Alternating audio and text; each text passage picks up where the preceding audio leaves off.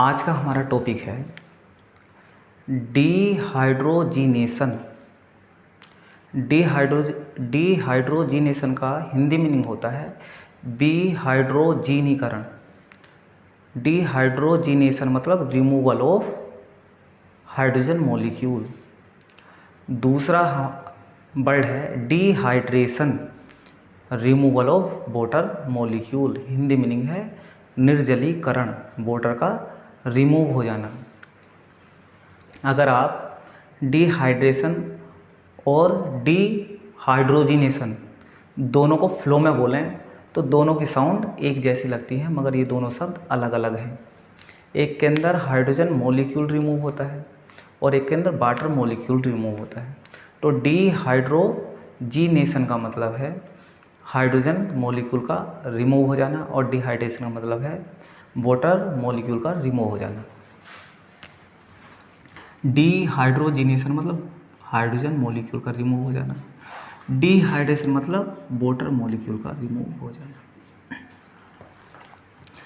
तो अब हम देखेंगे अल्कोहल के अंदर। तो मैंने लिया प्राइमरी अल्कोहल, इसको क्या बोलेंगे? Primary alcohol. इसका दूसरा नाम इथाइल एथिल अल्कोहल, और भी कुछ बोल सकते हैं, हाँ एथेनॉल भी बोल सकते हैं। यदि मैं इथाइल अल्कोहल को 300 सेंटीग्रेड पर या 573 केल्विन पर कॉपर और सिल्वर की प्रेजेंस में इसको गर्म करता हूँ तो अल्फ़ा से H रिमूव हो जाएगा। तो अल्फ़ा कौन? जिससे फंक्शनल ग्रुप जुड़ा हुआ होता है, तो ये कार्बन अल्फ़ा कहलाएगा। तो यहाँ से हाइड्रोजन रिमूव हो जाएगा, तो ये बनेगा CH3CHO। देखो ये रिमूव हो गया तो क्या बचा? CH3CHO। तो हमने लिख दिया एल्डिहाइड। ये क्या बना? एल्डिहाइड, या बोलेंगे एसीटेल्डिहाइड।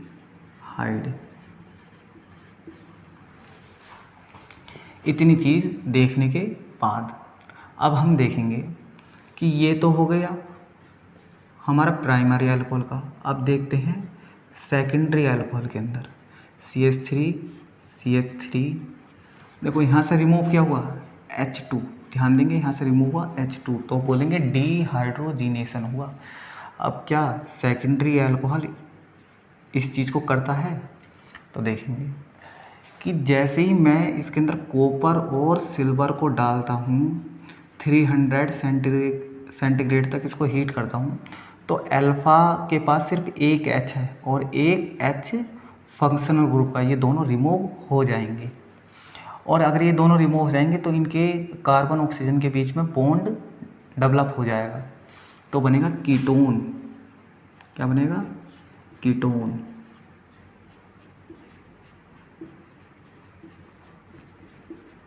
कीटोन। तो आपको याद रखना है कि जब हम प्राइमरी अल्कोहल का डिहाइड्रोजीनेशन करते हैं तो एल्डिहाइड प्राप्त होता है, और सेकेंडरी या 2 डिग्री अल्कोहल का डिहाइड्रोजीनेशन करते हैं तो हमें कीटोन प्राप्त होता है। हम एक चीज़ और बताएं कि अल्कोहल का, यदि आप प्राइमरी अल्कोहल का ऑक्सीडेशन भी करेंगे तो भी आपको एल्डिहाइड प्राप्त होगा, सेकेंडरी का अगर ऑक्सीडेशन करेंगे तो भी कीटोन ही प्राप्त होगा। तो ये ऑक्सीडेशन भी तो हुआ, इसमें से हाइड्रोजन का रिमूव होना ऑक्सीडेशन भी कहलाता है। ठीक है, ध्यान रखेंगे इस बात को। अब ले लेते हैं इसके अंदर टर्सरी अल्कोहल। क्या टर्सरी अल्कोहल का डिहाइड्रोजीनेशन होगा? तो नहीं, इसका डिहाइड्रोजीनेशन नहीं होता। तो क्या होता है? डिहाइड्रेशन होता है। इसका क्या होता है? डिहाइड्रेशन होता है। तो मैंने यहाँ से CH3 को नीचे लिख लिया जिससे आपको याद करने में आसानी हो। तो OH ग्रुप जिस कार्बन जोड़ा ये अल्फ़ा, तो अल्फ़ा से OH और ये बीटा, बीटा से एक H रिमूव हो जाएगा, प्लस माइनस माइनस प्लस, इन दोनों के बीच में बॉन्ड आ जाएगा और ये H2 बन के रिमूव हो जाएंगे। तो इसका डिहाइड्रोजीनेशन नहीं होता, इसका डिहाइड्रेशन होता है, ध्यान रखेंगे इसका, डिहाइड्रेशन होता है और वाटर मॉलिक्यूल रिमूव हो जाता है। इतना देखने के बाद आपको ये समझ में आया, यदि आप कभी भी प्राइमरी अल्कोहल का डिहाइड्रोजिनेशन करेंगे तो आप एल्डिहाइड बनाएंगे, सेकेंडरी अल्कोहल का डिहाइड्रोजिनेशन करेंगे तो कीटोन बनाएंगे। यदि आती है बात थर्ड डिग्री अल्कोहल की तो उसके अंदर एल्कीन बनेगी। आपको दोबारा बताता हूँ, यदि आप 1 डिग्री अल्कोहल का ऑक्सीडेशन करेंगे तो भी एल्डिहाइड, सेकेंडरी का करेंगे तो कीटोन, यदि आप टर्सरी का करेंगे तो एल्कीन प्राप्त होती है। क्या प्राप्त होती है? एल्कीन प्राप्त होती है। तो ये था डिहाइड्रोजिनेशन।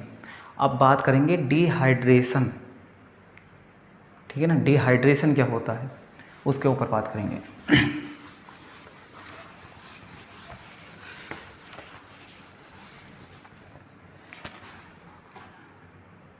तो ये लिखा हुआ है CH3CH2OH, ये हो गया प्राइमरी अल्कोहल। तो प्राइमरी अल्कोहल का अगर आपको डिहाइड्रेशन कराना है तो आप इसके अंदर डालेंगे कंसनट्रेटेड H2SO4, वो भी कितनी डिग्री, कितनी डिग्री सेंटीग्रेड, 170 डिग्री सेंटीग्रेड पर। तो OH ग्रुप जिस कार्बन से जुड़ा उसे अल्फा, और उससे अगले वाले को क्या बोलेंगे? बीटा। उससे अगले वाले को क्या बोलेंगे? बीटा। तो अल्फा से OH ग्रुप और बीटा से H रिमूव हो जाता है और बनता है alkene, CH2 double bond CH2, और वाटर मॉलिक्यूल रिमूव हो जाता है। अब ये वाटर मॉलिक्यूल किस प्रकार रिमूव हुआ, ऐसा इसके अंदर क्या हुआ, तो अगर आपको ये चीज़ जाननी है तो आपको जानना पड़ेगा इसकी मैकेनिज़्म को। अब मैकेनिज़्म क्या होती है? मैकेनिज़्म होती है क्रिया विधि, और क्रिया का मतलब होता है वर्क और विधि का मतलब होता है मेथड। रिएक्शन का काम करने का तरीका क्या है, ठीक है ना, वो चीज़ बताती है उसकी मैकेनिज़्म। तो अब देखते हैं इसकी मैकेनिज़्म।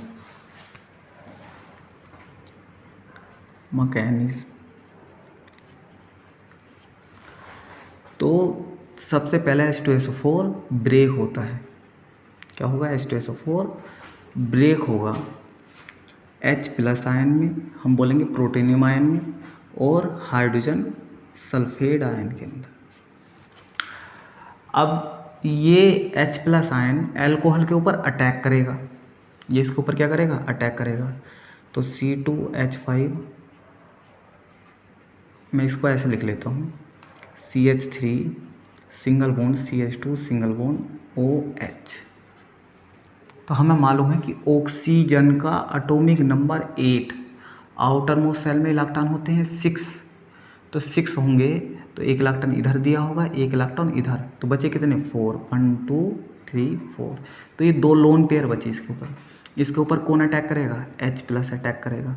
क्यों करेगा? क्योंकि इसके ऊपर इलेक्ट्रॉन की डेफिशिएंसी है, इसके ऊपर इलेक्ट्रॉन की कमी है, तो ये इसके ऊपर अटैक करेगा।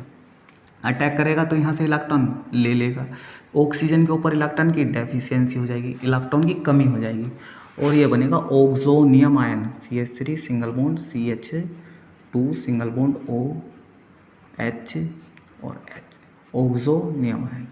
ये स्टेप फर्स्ट, ये स्टेप सेकंड। अब ये जो ऑक्सोनियम आयन बना, ये थर्ड स्टेप में क्या करेगा? क्योंकि हर मॉलिक्यूल अपने आप को स्टेबल फॉर्म में लाने की कोशिश करता है, तो ये वाटर मॉलिक्यूल स्टेबल फॉर्म में बाहर निकलेगा, तो यहाँ से बॉन्ड ब्रेक कर देगा, तो ये माइनस, ये प्लस। जैसे ही ये बॉन्ड टूटा तो यहाँ बना कार्बोनियम आयन, ये प्लस माइनस न्यूट्रल हो गए, वाटर मॉलिक्यूल रिमूव हो गया, और क्या बना? CH3 single bond CH2 plus. इसका नाम है, कार्बन के ऊपर पॉजिटिव चार्ज, तो कार्बोकैटायन। इसका नाम क्या है? कार्बोकैटायन भी कह सकते हैं, या कार्बोनियम आयन भी कह सकते हैं। IUM लग जाता है अगर कार्बन के ऊपर पॉजिटिव होता है, इलेक्ट्रॉन की डेफिशिएंसी होती है। अब लिखेंगे स्टेप 4 के अंदर क्या हुआ, ये कार्बोकैटायन भी अपने आप को स्टेबल करने की कोशिश करेगा। तो यहाँ पे कितने हाइड्रोजन थे, 3, तो एक मैंने हाइड्रोजन बाहर लिख लिया। तो जैसे ही ये कार्बन इलेक्ट्रॉन की डेफिशिएंसी की जो कमी को जैसे ही पूरा करने की कोशिश करेगा, तो यहाँ से इलेक्ट्रॉन खींचेगा, तो इस वाले कार्बन पे इलेक्ट्रॉन की डेफिशिएंसी, ये कार्बन अपनी डेफिशिएंसी को पूरा करने के लिए एक हाइड्रोजन से बॉन्ड ब्रेक कर लेगा, माइनस प्लस, ये प्लस माइनस आपस में बॉन्ड बना लेंगे, क्या बनेगा, एल्कीन, और H+ बोलेंगे प्रोटोनियम आयन एलिमिनेट हो गया, अलग हो गया। अब स्टेप 5 के अंदर ये protonium ion hydrogen sulphide ion के साथ क्या होता है, कंबाइन होता है, और कंबाइन होकर फिर से क्या बना लेता है, H2SO4 बना लेता है, सल्फ्यूरिक एसिड बना लेता है। तो आपने देखा कि डिहाइड्रेशन का मतलब होता है रिमूवल ऑफ वाटर मॉलिक्यूल का रिमूव हो जाना। अब इसके अंदर रोल H2SO4 का इम्पोर्टेंट है, अगर H2SO4 नहीं होता तो इलेक्ट्रोफाइल नहीं बनता। देखो कि सबसे पहले H2SO4 ब्रेक हुआ और H2SO4 ने क्या बनाया, इलेक्ट्रोफाइल बना, तो इलेक्ट्रोफाइल ने इथाइल अल्कोहल के ऑक्सीजन के ऊपर लोन पेयर थे, उसके ऊपर अटैक करा, ऑक्सोनियम आयन बनाया। ऑक्सोनियम आयन के अंदर वाटर मॉलिक्यूल स्टेबल फॉर्म में आते हुए दिख रहा है, ये यहाँ से रिमूव हो जाएगा, वाटर मॉलिक्यूल रिमूव हो गया, और क्या बन गया, कार्बोकैटायन बन गया। कार्बोकैटायन अपने आप को स्टेबल फॉर्म में लाने की कोशिश करेगा, तो ये कार्बन इससे इलेक्ट्रॉन खींचेगा, इसके ऊपर कमी आएगी, ये अपनी कमी को पूरा करेगा, एक H को रिमूव कर देगा आयन की फॉर्म में। ये आयन HSO4 के साथ HSO4 माइनस आयन के साथ कंबाइन होकर H2SO4 बना लेगा। अगर H2SO4 नहीं होता तो इलेक्ट्रोफाइल नहीं बनता और ये रिएक्शन नहीं होती। बहुत से बच्चे इस रिएक्शन के ऊपर H2SO4 को छोड़ देते हैं, इनका भी महत्व होता है, आज आपने देखा होगा, ठीक है ना। इसका भी महत्व होता है H2SO4 का। H2SO4 ही डिहाइड्रेशन कराता है, आप इस चीज़ को याद रखेंगे। आपको एक बार रिकॉल करा दूं कि डिहाइड्रोजीनेशन का अर्थ है हाइड्रोजन मॉलिक्यूल का रिमूव हो जाना, और डिहाइड्रेशन का मतलब है वाटर मॉलिक्यूल का रिमूव हो जाना। दोनों में अंतर है, आप ध्यान रखेंगे इस बात को, और ये आपके बहुत ही ज़्यादा काम आएगी, आप इसको नोट कर सकते हैं।